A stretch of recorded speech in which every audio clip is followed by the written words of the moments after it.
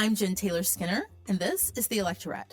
On this episode, I have a conversation with leader Fentrice Driskell of the Florida House of Representatives.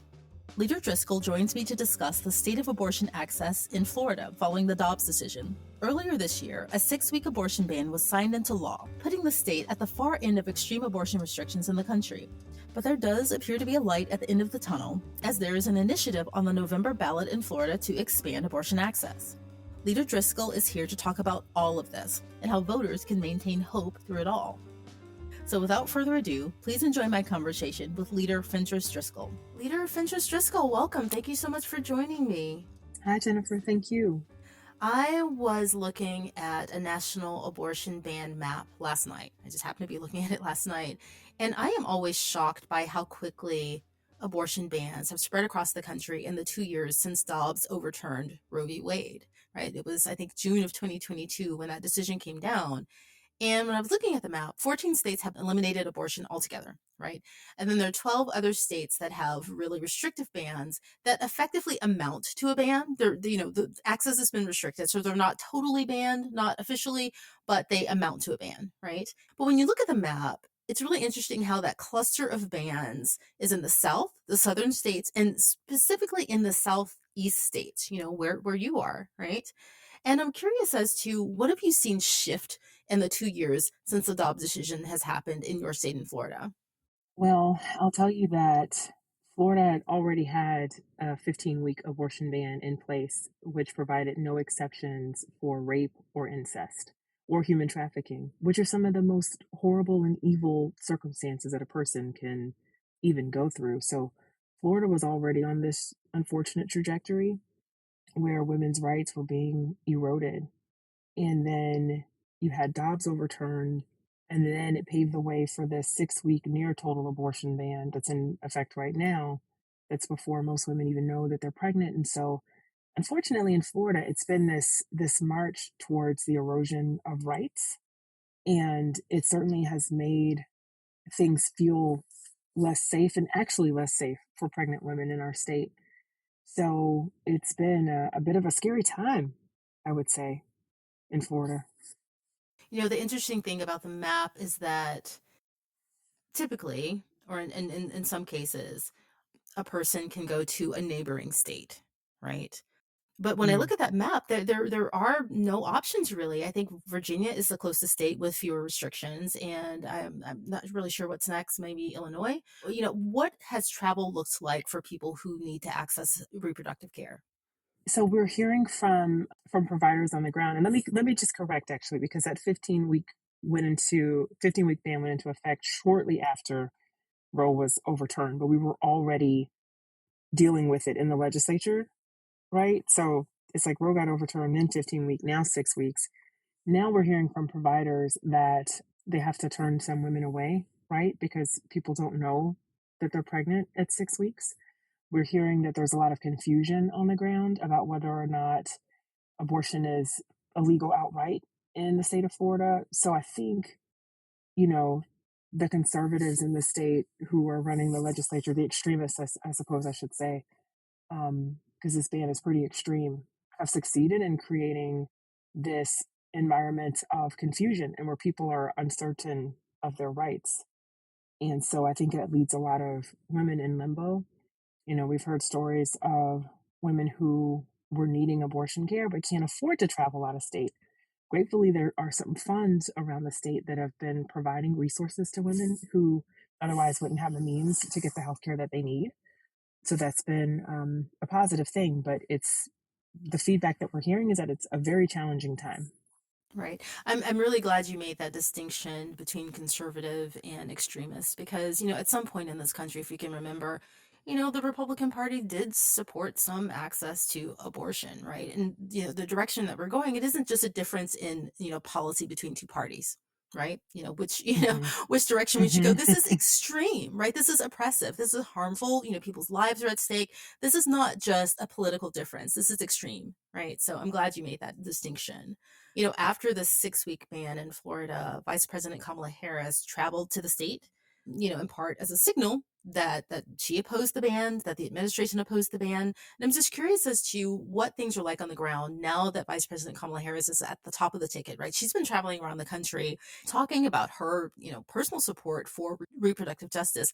Has her presence in the state, or has her, highlighting the state in that 6-week abortion ban made a difference in terms of your constituents and how they feel?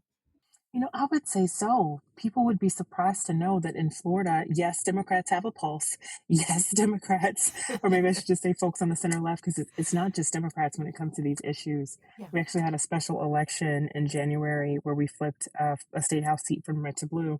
And there were roughly between 65 and 70% of independent voters who voted with our candidate, largely because of this issue of abortion access. So it's not just Democrats, but what I will say is that the enthusiasm on the ground has been phenomenal in mirroring what is happening at the national level. You saw the Black women, Win with Black Women organizing call, and then it was for white women and for white men and for all these groups. We now actually have a Republicans for Kamala Harris group in the state of Florida that's organizing itself. So I think just, taking a step back, when Roe was overturned, the vice president really jumped into action and she started holding these roundtables both at the White House and around the country. And I was able to participate in, I think it was the first one that they did at the White House. And she had other state leaders there. And we were all facing a very scary and uncertain future. But she wanted us to know that the Biden Harris administration would be a friend to those of us in states where our legislatures were particularly challenging and wanted these extreme abortion bans. And she has just continued that thread on through.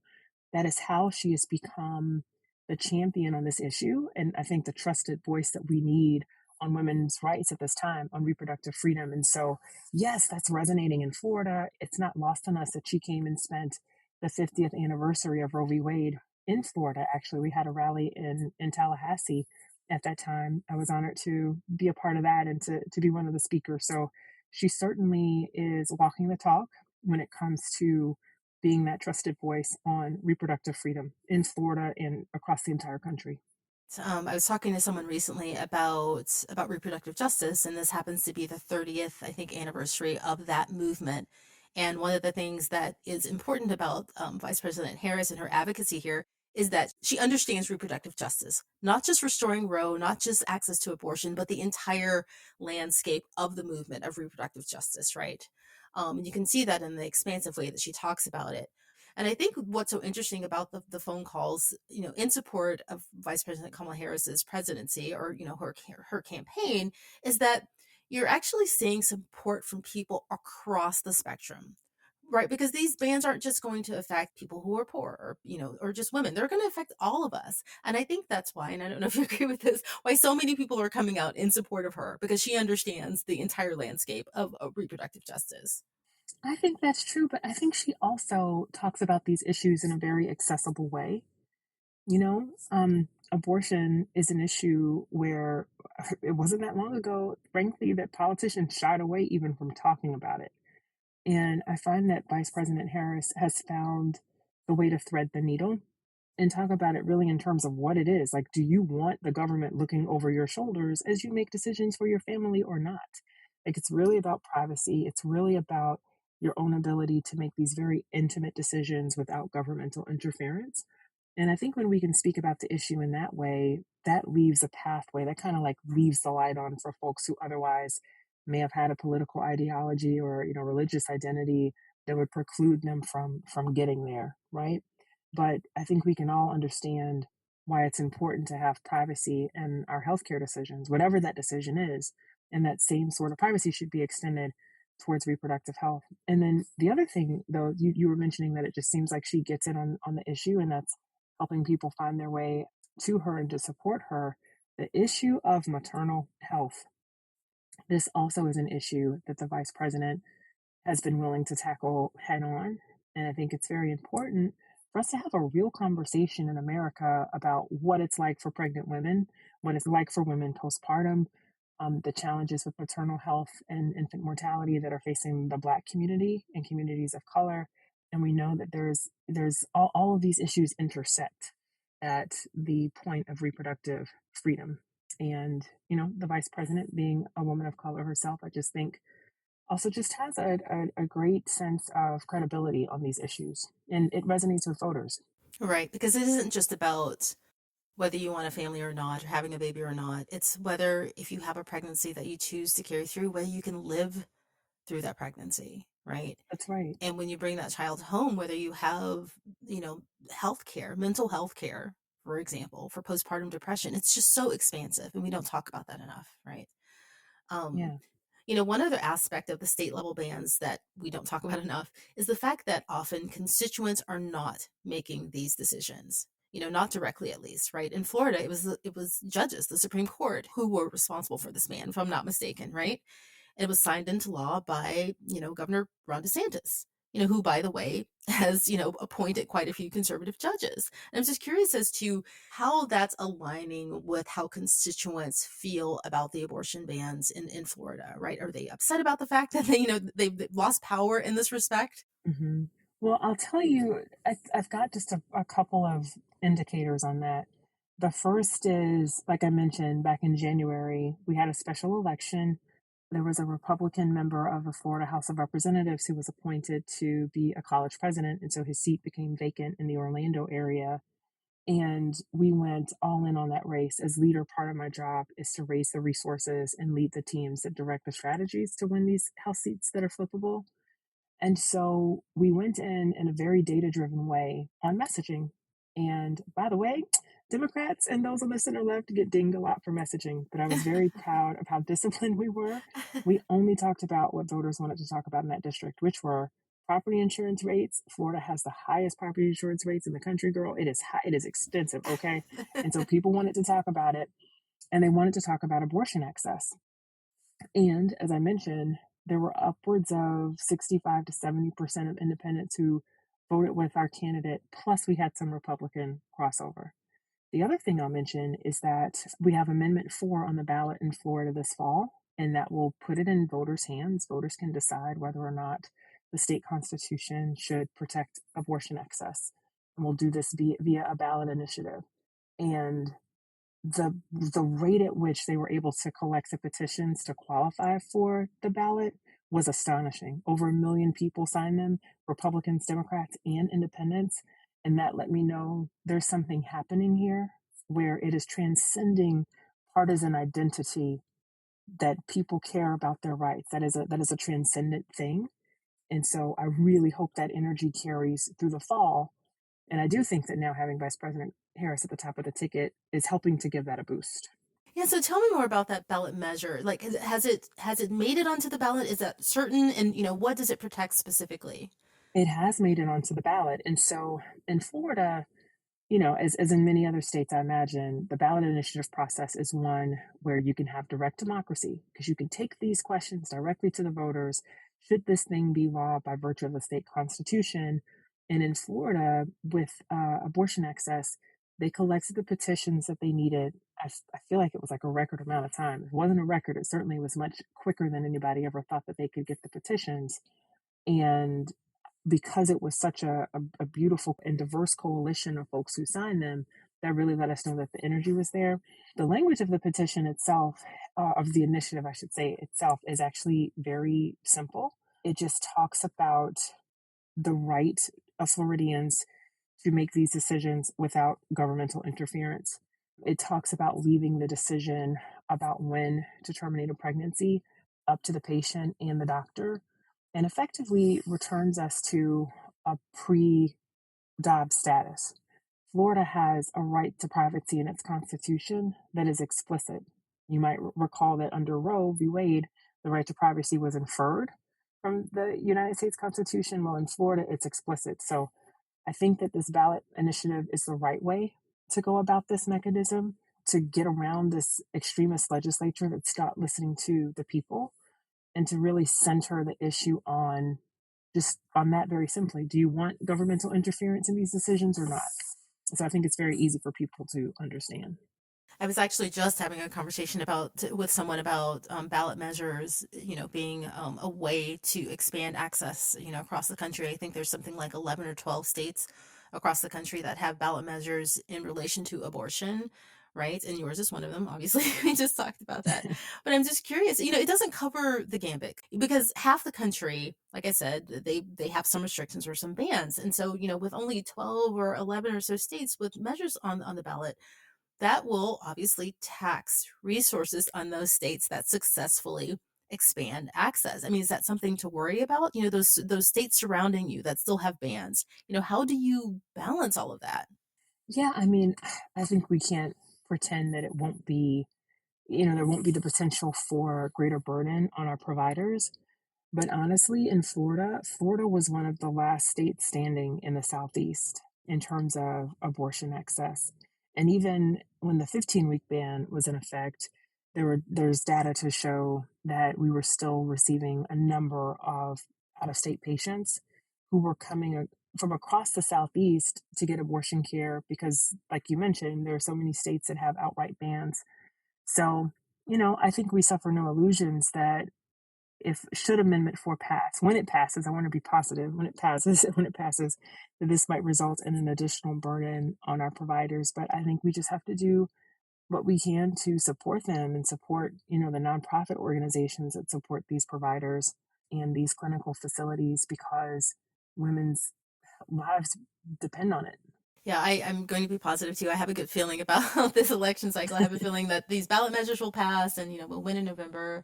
I was thinking about this, and when I was looking at that abortion ban map, I was thinking, a lot of these states had trigger laws on the books. So as soon as Dobbs came down, the abortion was effectively just banned, right away. And then, following that, the few abortion clinics that were open, I think in Florida, you had maybe 4 or 5 clinics that were open, and I'm assuming they're closed now, right? So, this ballot initiative, once it passes, what happens next? Like, what's the next step? You can't just turn around and like reopen the clinics. I mean, there's going to be a process to get people back to where we were. Yeah, and isn't that sad? I mean, because you're really calling attention to what it is that we've lost in the wake of the overturning of Dobbs. I personally know a physician who left the state. She was an abortion provider and along with other OBGYN services, but she decided that she did not want her children growing up in a state with laws as extreme as Florida. And these laws also were putting her license at risk. We haven't even talked about the criminal penalties that would be imposed on healthcare providers should they provide abortion care outside of the very narrow and strict parameters of this near total abortion ban. So there's a lot that has been lost. I mean, we have lost talent. I've read articles too about doctors who've left. I worry about the untold stories of patients' lives that may have been lost. I've heard stories, oh my gosh, I've heard stories of women being told, women who were in distress in their pregnancies, basically being told to go away because it was after 6 weeks and it was too much risk for the hospital to undertake with whatever was the issue that the woman was having. And that she'd have to come back when she was at a point of, in such distress, like practically near death. These are the stories that I've been hearing, and I'm just one legislator. So I can't even imagine how many other untold stories there are out there. But I've also seen just like this beautiful surge in support of these abortion funds. Like I mentioned, in these entities that exist to help women navigate these new hurdles and still find their pathway to care. So I think, yes, you're right. I mean, I won't deny that. It would probably take some time and effort and energy and unfortunate loss to get to the place where we were before these bans went into effect. But it's also showing us a lot about the resilience of the human spirit and the kindness of strangers and people's willingness to rise up and take their destiny into their own hands. I do my part as leader, right, to try to win more seats and create some balance in our legislature. And I'm blessed to work with an amazing team and wonderful members in the Democratic caucus who fight so hard to make sure that people's stories are actually heard and that these bad laws don't come to pass. But I'm so grateful that the people get to make this decision this fall. It is in their hands.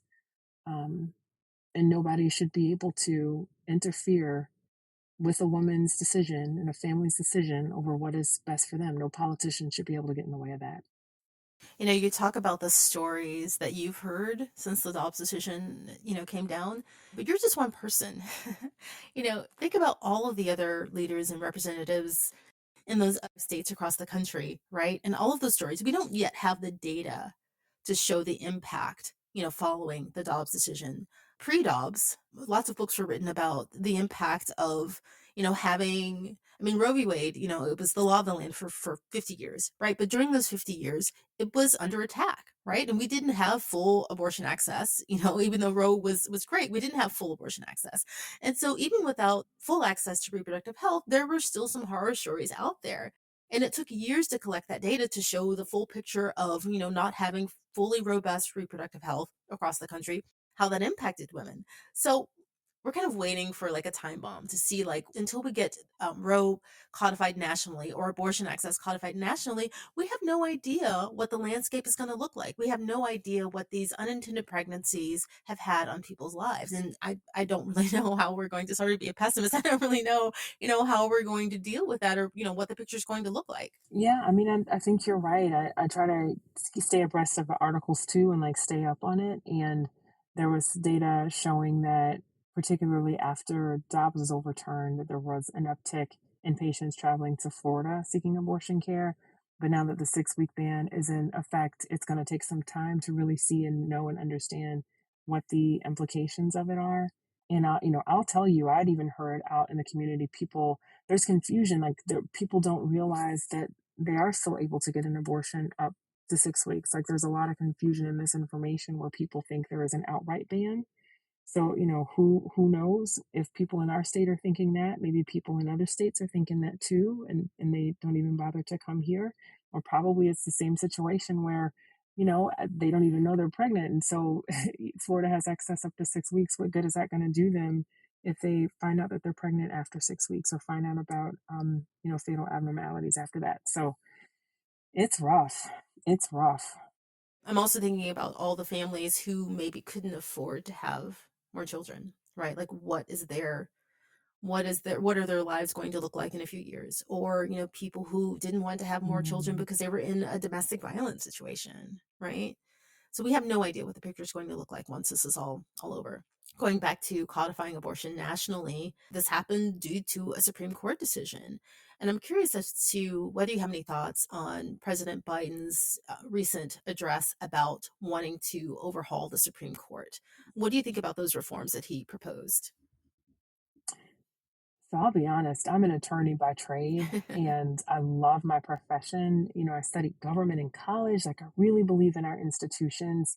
And watching what has happened to our Supreme Court has, it just grips my heart, Jennifer, if I'm honest, because the court is supposed to be, above that sort of political influence. And then you hear about Supreme Court justices with their spouses flying flags that have very particular political meaning to them, or you hear about things that are just seemingly borderline unethical. I mean, I know some of that stuff I wouldn't be able to get away with, and I'm just a state representative, Right. right? Some of these allegations we've heard of impropriety, or at least the appearance of impropriety with these justices just getting too close to politics and to money in politics. It really grips me. And so there's a part of me that is a little frightened at the thought of that change.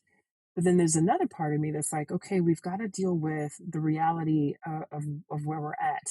And the reality is that, I have watched extremists on the right push for the reformation of our country to the point where it would be beyond recognition.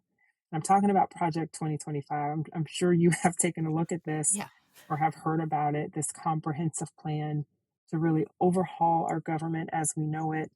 And it frightens me for what would be to come should they, you know, win back power. So I think it's a conversation we have to have. I know that's a not a yes or a no kind of answer in terms of what I think about it. I'm still processing it, if I'm honest, because I don't know if it's the best thing for our country. I also don't know what else to do when you have one side that is so set on dismantling our institutions. It's not right. Yeah. So you mean you don't know if it's the best thing to, like, term limits, for instance, I think was one of the things that he proposed, and he also recommended a code of ethics. And so does that Yeah. does that concern you to an extent of, No, like, if we overhauled in that way? no, I think a code of ethics would be great. I think where it becomes a little different for us, right? These Article 3 appointments under the Constitution are have been for life, right? Like, and part of the reason why we'd had these lifetime appointments was so that the justices would not be subject to the whims of political influence, because the thinking is that they would their term as a justice would survive different administrations. Yes, a particular president would appoint you, but presidents come and go, as do parties who are in power. And so that was always supposed to be the check on that political influence. But maybe it's time to have a conversation around term limits, or maybe if not term limits, maybe age limits might be appropriate. In Florida, that's something that we have with our Supreme Court justices. There are age limits, not really term limits. So I think it's a conversation that the country is ready to have for sure. Yeah, yeah. I mean, something needs to happen. And, I've had a few episodes about Supreme Court reform, and there are, an number of solutions, right? I mean, the code of ethics, I think, is a great starting point, but, there are lots of ways to fix it. We just need to start, frankly. Yeah, got to start somewhere. So right now, there are a lot of constituents who are in states where there have been abortion bans or these extreme abortion policies that have passed, and they're kind of feeling things right now. They're in the thick of it, and it's kind of hard to sometimes see the light at the end of the tunnel. And I'm just curious as to how do we give people hope in a landscape like this? Hope to keep going, to still believe in their ability to affect change and to fight. And in a state like Florida and other states that are seeing these extremist abortion bans, it can be easy to lose hope. And trust me, I know what that's like. As a member of the legislature, I'm on the floor in the arena battling these bad bills. And it feels so crushing when my colleagues across the aisle just refuse to listen and pass these bad bills anyway. But when it's election season like it is now, everything's fair game because it's up to the people. It's up to the people to come out and make their voices heard. And it's really the people that have the power.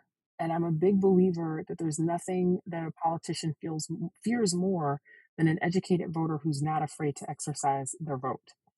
So we need the people. We need folks to be educated. So I'm so glad you're doing podcasts like this. People need to know what the real issues are, and then they need to feel empowered to use their agency to go out and make some change. And alone, it's very difficult to accomplish these goals, but together, we can do so much. I think about the 2000 election, which came down to what, fewer than 600 votes, 537 votes it came down to. Yeah. So, Yeah. no one will ever be able to convince me that their vote doesn't matter. We must link up in this vote like a chain and put up a standard against this extremism, because it really has no place in our country. One of the things that I often find whenever I talk to organizers and leaders who are doing this work is that they rarely go it alone, right? Because this is a really big fight. They often partner with other organizations or activists or various leaders who have the same goals because there's strength in numbers, of course. Has that been true for you as well? So, one of the things that's been helpful as a leader of a state that has an extreme abortion ban is to be connected with organizations and other leaders who are dealing with these same issues. So, for example, I'm a member of the New Deal, which is a center left network of more than 200 state and local Democratic elected officials, many of whom are also dealing with these extremist bans. So it's been great to stay connected with them and just get ideas about, what's legislation that we can sponsor in the aftermath of the Dobbs decision. How can we best partner with our federal partners to make sure that his abortion access is as protected as possible. It's just really been amazing to be connected to that network. The CEO, Debbie Cox Boltan, is amazing. I think you're going to have her on your show sometime soon.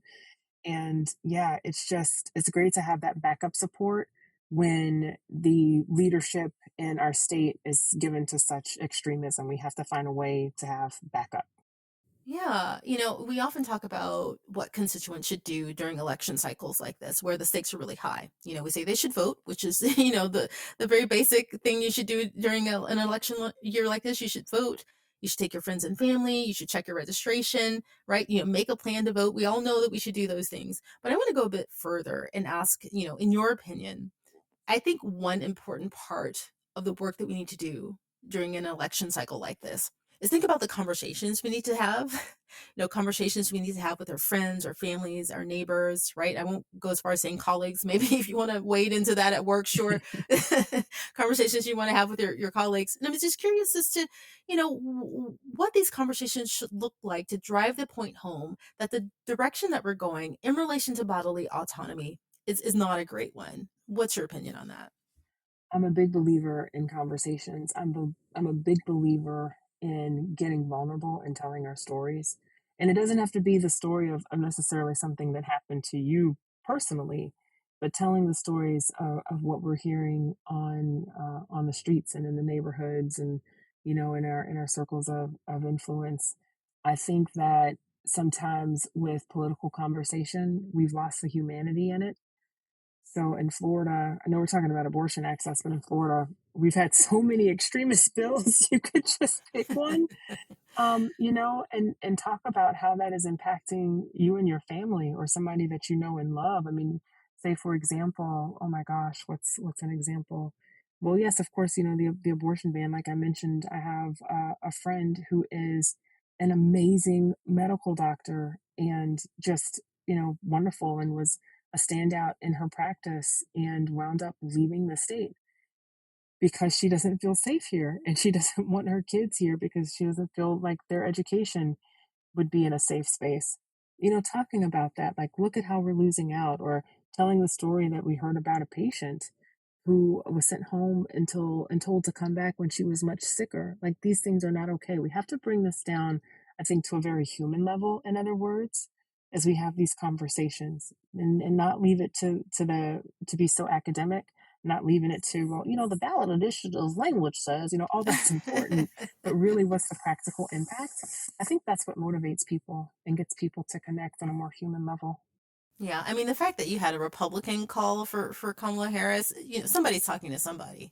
So Right. conversations are happening, right? Yeah, it's my understanding it was lit too. I'm like, they're on fire. They're ready. Like, that's what we need, where there are folks who are willing to put country ahead of party and look at the stark choices at this time and realize there's really just one clear choice, and that is Vice President Harris. Mm-mm. It's like, mm-mm. Project 2025, you can miss me with that. Oh my gosh. That's the thing I think that's so important about Kamala Harris, being at the top of the ticket now. She's so filled with hope and joy that, I think that it's really driving people to fight. I think personally, that's just my read on things. Yeah, I like that read on things, and I agree. I think politics have felt very heavy for people for a very long time, certainly since 2016. And here we have this woman who is eminently qualified, who's a fighter, who's not afraid, who's not backing down, and also who has this just beautiful, effusive joy. And it's very expressive and laughs. I know. It's great. Yeah, we need it. We need that right now.